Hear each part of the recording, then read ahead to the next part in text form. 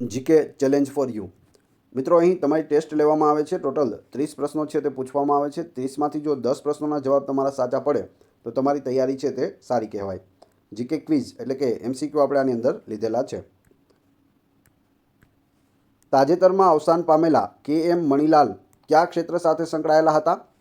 પત્રકારત્વ, વર્ગીકરણ શાસ્ત્રી, રમતગમત કે રાજકારણ? શું જવાબ આવશે?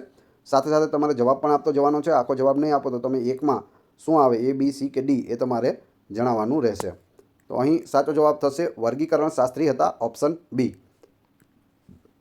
સેંદુરની વન્યજીવ અભયારણ્ય કયા રાજ્યમાં આવેલું છે? કેરળ, તમિલનાડુ, મહારાષ્ટ્ર કે કર્ણાટક? ચલો જોઈએ કોણ પ્રથમ જવાબ આપે છે. શું જવાબ આવશે આનો? તો સાચો જવાબ છે અહીં ઓપ્શન એ. કેરળમાં આવેલો છે સેંદુરની વન્યજીવ અભયારણ્ય, જે હાલ ચર્ચામાં હતો. પોષક તત્વો આધારિત સબસિડી એટલે કે એનબીએસ યોજના સાથે કયું કેન્દ્રીય મંત્રાલય સંકળાયેલું છે? પોષક તત્વો આધારિત સબસિડી એટલે કે એનબીએસ યોજના સાથે મંત્રાલય કયું છે તે જણાવવાનું છે. વિજ્ઞાન અને ટેકનોલોજી મંત્રાલય, રસાયણો અને ખાતર મંત્રાલય, કૃષિ મંત્રાલય કે ગ્રામીણ વિકાસ મંત્રાલય? સાચો જવાબ આવશે ઓપ્શન બી, રસાયણો અને ખાતર મંત્રાલય. રાષ્ટ્રીય સરસ મેળા 2025નું યજમાન રાજ્ય કયું છે? કર્ણાટક, કેરળ, મહારાષ્ટ્ર કે ગુજરાત? તો સાચો જવાબ આવશે કેરળ. કેરળ રાજ્યમાં રાષ્ટ્રીય સરસ મેળા 2025નું આયોજન કરવામાં આવ્યું છે. તાજેતરમાં સમાચારમાં જોવા મળેલું આઈએનએસ સુરત એ શું છે? ફ્લીટ ટેન્કર છે, કામોર્તા ક્લાસ કોરવેસ્ટ છે, પરમાણુ સંચાલિત વિમાનવાહક જહાજ છે કે સ્ટીલ્થ ડિસ્ટ્રોયર છે? તો સાચો જવાબ આવશે અહીં ઓપ્શન ડી, સ્ટીલ્થ ડિસ્ટ્રોયર છે આઈએનએસ સુરત. જંગલો અંગે સંશોધન કરતી ફોરેસ્ટ રિસર્ચ ઇન્સ્ટિટ્યૂટ કયા સ્થળે આવેલી છે? મસૂરી, શિમલા, દહેરાદૂન કે ટિહરી? તો અહીં સાચો જવાબ આવશે ઓપ્શન સી, દહેરાદૂનમાં આવેલી છે જંગલો અંગે સંશોધન કરતી ફોરેસ્ટ રિસર્ચ ઇન્સ્ટિટ્યૂટ. ઉત્તરાખંડ રાજ્ય આવશે. એક રેખાંશ વૃત્તને સૂર્યની સામેથી પસાર થતાં કેટલો સમય લાગે છે?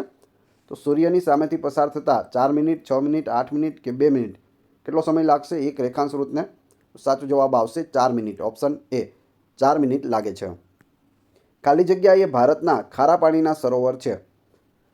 તો 4 ઓપ્શન આપેલા છે. ક્યાં છે? પુલિકટ, ચિલ્કા, સાંભર, વુલર, નારાયણ સરોવર, નળ સરોવર, લોકટક કે બિંદુ સરોવર ને વુલર? તો અહીં સાચો જવાબ થશે પુલિકટ, ચિલ્કા અને સાંભર. આ ત્રણ ખારા પાણીના સરોવર છે. અહીં વુલર અને નારાયણ બંને મીઠા પાણીના છે. નળ સરોવર અને લોકટક એ પણ મીઠા પાણીના છે અને બિંદુ સરોવર અને વુલર એ પણ મીઠા પાણીના છે. વુલર છે તે મીઠા પાણીનું સૌથી મોટું સરોવર છે, જે જમ્મુ કાશ્મીરમાં આવેલું છે. અહીં સાચો જવાબ આવશે પુલિકટ, ચિલ્કા અને સાંભર. એ ત્રણ છે તે ખારા પાણીના છે. ખારા પાણીનું સૌથી મોટું સરોવર છે તે ચિલ્કા સરોવર છે. કયું પર્વતીય શિખર ઊંચાઈની દ્રષ્ટિએ વિશ્વમાં બીજા ક્રમે છે? જો પ્રથમ ક્રમ નથી પૂછ્યો, બીજો ક્રમ પૂછ્યો છે. બીજા ક્રમે કયું છે? માઉન્ટ એવરેસ્ટ, કિલીમાંજારો, તિબ્બત કે માઉન્ટ કેટુ? તો અહીં સાચો જવાબ થશે માઉન્ટ કેટુ, જે આપણા ભારતમાં આવેલું છે. ભારતનું સૌથી ઊંચું શિખર પૂછે તો માઉન્ટ કેટુ. માઉન્ટ એવરેસ્ટ છે તે દુનિયાનું સૌથી ઊંચું શિખર છે, જે નેપાળમાં આવેલું છે. નેપાળમાં તેને સાગરમાથા તરીકે ઓળખવામાં આવે છે. કિલીમાંજારો પર્વત છે તે આફ્રિકાનો સૌથી ઊંચો પર્વત છે. હિમાલયના કયા ઘાટ દ્વારા કૈલાસ માનસરોવરની સરળ યાત્રાની શક્યતા ઊભી થઈ છે? સિપકીલા ઘાટ, બનિહાલ ઘાટ, નાથુલા ઘાટ કે રોહતાંગ ઘાટ? શું જવાબ આવશે? સાચો જવાબ આવશે નાથુલા ઘાટ, ઓપ્શન સી અહીં સાચો જવાબ છે. ચેર રાજ્યનો પ્રથમ શક્તિશાળી રાજા કોણ હતો? અથન 2, અથન 3, સેતુંગવન કે કુટ્ટવન? તો અહીં સાચો જવાબ થશે ઓપ્શન એ, અથન 2 છે તે ચેર રાજ્યનો પ્રથમ શક્તિશાળી રાજા હતો. ઋચાઓના સમૂહને શું કહેવાય છે? સૂક્ત, શ્લોક, મંત્ર કે યુક્ત? ઋચાઓનો સમૂહ હોય તેને શું કહેવાય? સાચો જવાબ આવશે સૂક્ત કહેવાય, ઓપ્શન એ. વેદના કેટલા પ્રકાર છે? એકદમ ઇઝી છે. 4, 3, 2 કે 5? આનો જવાબ કમેન્ટ બોક્સમાં આપો.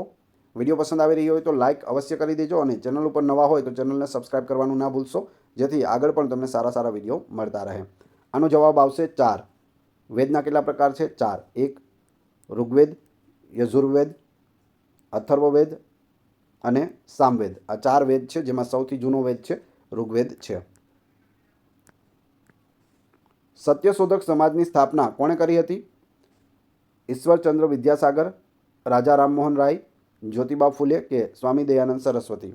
તો અહીં સાચો જવાબ છે ઓપ્શન સી, જ્યોતિબા ફૂલે.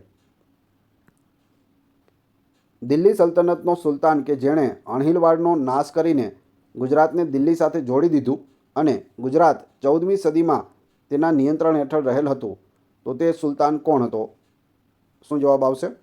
સાચો જવાબ આવશે અલાઉદ્દીન ખિલજી, ઓપ્શન બી. મંદિરોના નિર્માણમાં કયા રાજાઓનું પ્રદાન સૌથી મોટું અને નોંધપાત્ર છે? ચેર, ચોલ, પાંચ કે પલ્લવ? સાચો જવાબ આવશે પલ્લવ રાજાઓનું છે તે યોગદાન ખૂબ રહેલું છે. કોટવાલની ફરજ કઈ હતી? કિલ્લાનું ધ્યાન રાખવું, કિંમતોનું નિયમન કરવું, ઘર, શેરીઓ અને રસ્તાઓને લગતી બાબતોનું સમાધાન કરવું, આપેલ તમામ? તો સાચો જવાબ આવશે આપેલ તમામ.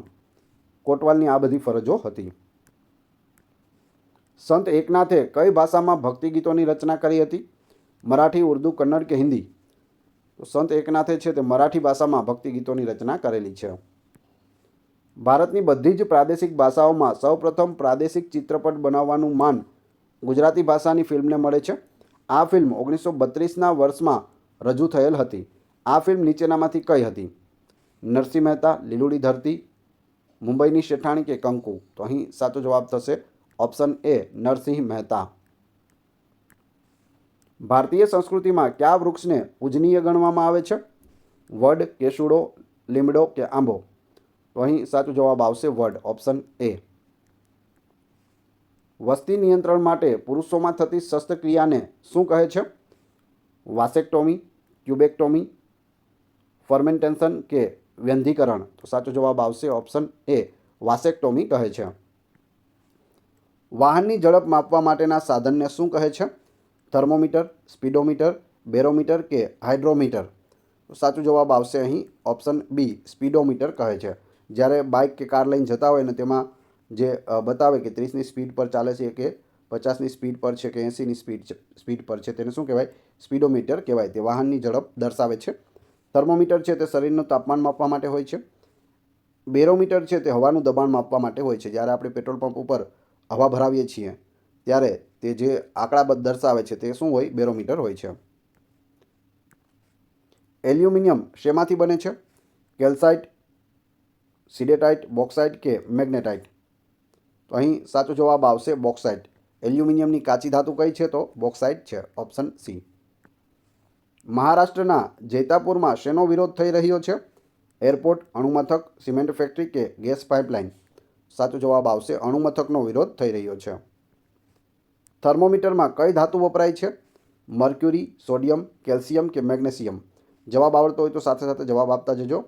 સાચો જવાબ આવશે મર્ક્યુરી, એટલે કે પારો છે તે થર્મોમીટરમાં વપરાય છે. સ્વતંત્ર રાજ્ય તરીકે ગુજરાત કઈ સાલમાં અસ્તિત્વમાં આવ્યું? 1960, 61, 1956 કે 1949? આ પ્રશ્નનો જવાબ આવડવો જ જોઈએ. 1 મે 1960ના રોજ છે તે ગુજરાત અસ્તિત્વમાં આવે છે. તેની પહેલાં બૃહદ મુંબઈમાં ગુજરાત હોય છે, તેમાંથી 2 ભાગ થાય છે, મહારાષ્ટ્ર અને ગુજરાત. બંનેનો સ્થાપના દિવસ છે 1 મે 1960. ભારતમાં સૌથી મોટો લઘુમતી સમુદાય કયો છે? મુસ્લિમ, શીખ, જૈન કે બૌદ્ધ? સૌથી મોટો લઘુમતી સમુદાય છે તે મુસ્લિમ છે, ઓપ્શન એ. રાષ્ટ્રીય માનવ અધિકાર આયોગના અધ્યક્ષ અથવા અન્ય સદસ્ય પોતાનું રાજીનામું કોને આપી શકે છે? પ્રધાનમંત્રી, રાષ્ટ્રપતિ, ઉચ્ચ ન્યાયાલયના મુખ્ય ન્યાયમૂર્તિ કે ઉપરાષ્ટ્રપતિ? સાચો જવાબ આવશે અહીં ઓપ્શન બી, રાષ્ટ્રપતિને રાજીનામું આપી શકે છે. કોણ? રાષ્ટ્રીય માનવ અધિકાર આયોગના અધ્યક્ષ. સમાજવાદમાં ઉત્પાદન અને વિતરણની સમગ્ર વ્યવસ્થા કોને હસ્તક હોય છે? રાષ્ટ્રપતિ, ઉપરાષ્ટ્રપતિ, રાજ્ય કે મંત્રીમંડળ? સાચો જવાબ આવશે રાજ્યને હસ્તક હોય છે, ઓપ્શન સી. છેલ્લો પ્રશ્ન, નીચેનામાંથી કઈ ભારતીય બંધારણ માન્ય ભાષાઓની યાદીમાં નથી? તો આમાંથી કઈ એવી ભાષા છે જે બંધારણમાં 8મી અનુસૂચિમાં આપેલી ભાષાઓ છે? કેટલી? 22. તેમાંની નથી. તો નેપાળી છે, ગુજરાતી છે, રાજસ્થાની નથી અને સિંધી છે. સાચો જવાબ આવશે રાજસ્થાની છે, તેનો ઉલ્લેખ બંધારણમાં નથી. હવે જે વિડીયો જોયો તેમાંથી તમને અહીં પ્રશ્ન પૂછાય છે, તો તમને ખ્યાલ આવશે કે હમણાં જ જોયેલું તમને યાદ છે કે નહીં. પ્રશ્ન 1, રાષ્ટ્રીય સરસ મેળા 2025નું યજમાન રાજ્ય કયું છે? 2, થર્મોમીટરમાં કઈ ધાતુ વપરાય છે? બંનેના જવાબ તમે ક્રમશઃ કમેન્ટ બોક્સમાં આપી દેજો. વિડીયો પસંદ આવ્યો હોય તો લાઇક, કોમેન્ટ, શેર અને સબસ્ક્રાઇબ કરવાનું ના ભૂલશો. આ ચેનલ ઉપર ઘણા બધા વિડીયો અવેલેબલ છે. તમે ચેનલના નામ ઉપર ક્લિક કરી વિડીયોમાં જઈ બધા જ વિડીયો જોઈ શકો છો. Thanks for watching my video.